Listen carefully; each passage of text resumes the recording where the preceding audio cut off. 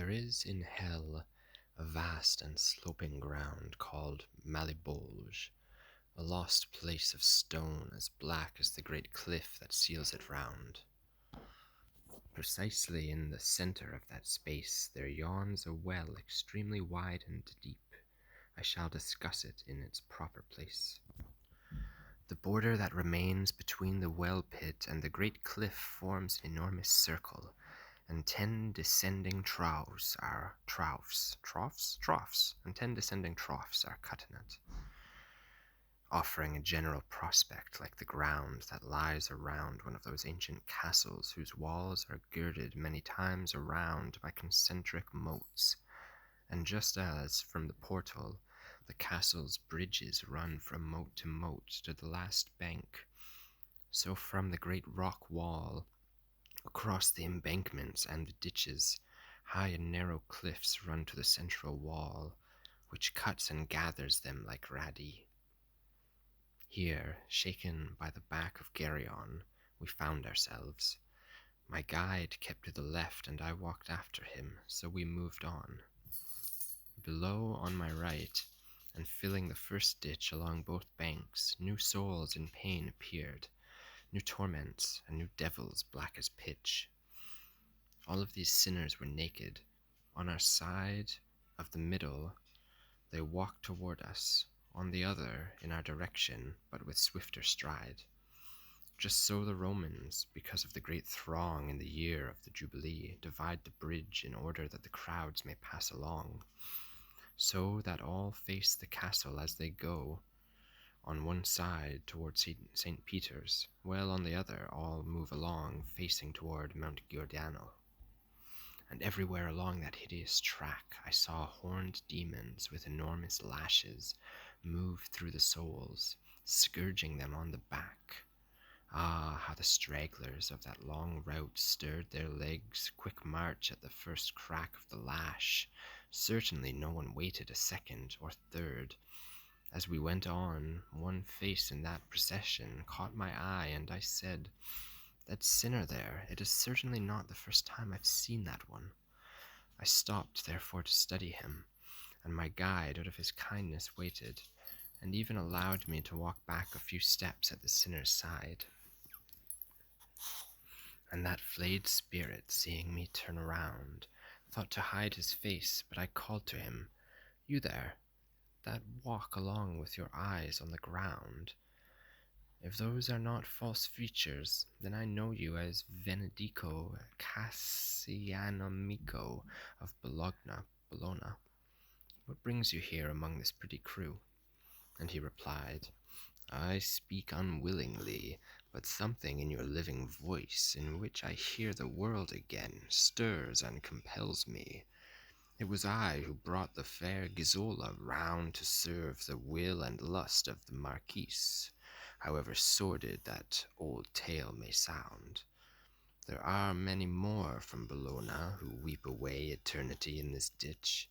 We fill it so there are not as many tongues that are taught to say Sipa in all the land that lies between the Reno and the Saveno, as you must know from the many tales of our avarice and spleen."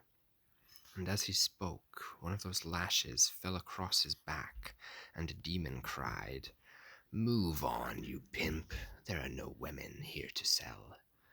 Turning away then, I rejoined my guide. We came in a few steps to a raised ridge that made a passage to the other side. This we climbed easily, and turning right along the jagged crest, we left behind the eternal circling of those souls in flight.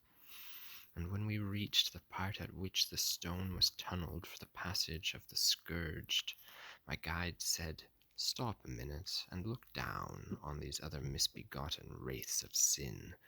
You have not seen their faces, for they moved in the same direction we were headed in."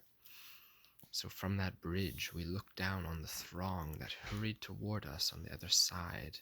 Here, too, the whiplash hurried them along. And the good master, studying that train, said, "Look there at that great soul that approaches and seems to shed no tears for all his pain. What kingliness moves with him even in hell? It is Jason, who by courage and good advice made off with the Colchian ram.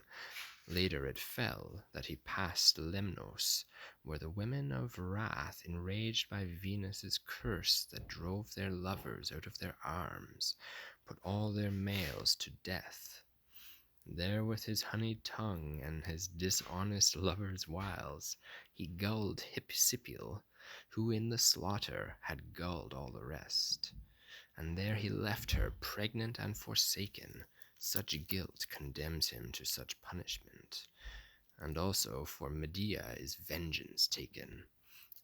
All seducers, march here to the whip, and let us say no more about the valley and those it closes in its stony grip.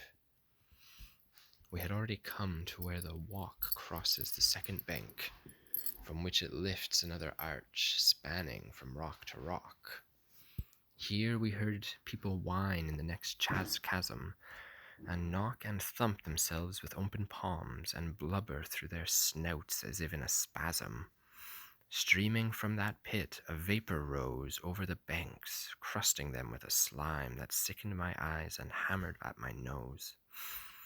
That chasm sinks so deep we could not sight its bottom anywhere until we climbed along the rock arch to its greatest height. Once there, I peered down, and I saw long lines of people in a river of excrement that seemed the overflow of the world's latrines. I saw among the felons of that pit one wraith who might or might not have been tonsured. One could not tell, he was so smeared with shit. He bellowed, "You there, why do you stare at me more than all the others in this stew?" And I to him, "Because if memory serves me, I knew you when your hair was dry. You are Alessio Interminilli da Luca, that's why I pick you from this filthy fry." And he then, beating himself on his clown's head, "Down to this have the flatteries I sold the living sunk me here among the dead." And my guide prompted them, then, "Lean forward a bit and look up beyond him. There, do you see that one scratching herself with dungy nails? The strumpet, who fidgets to her feet, then to a crouch? It is the whore Thias, who told her lover when he sent to ask her, 'Do you thank me much?' Much? Nay, past all believing. And with this let us turn from the sight of this abyss."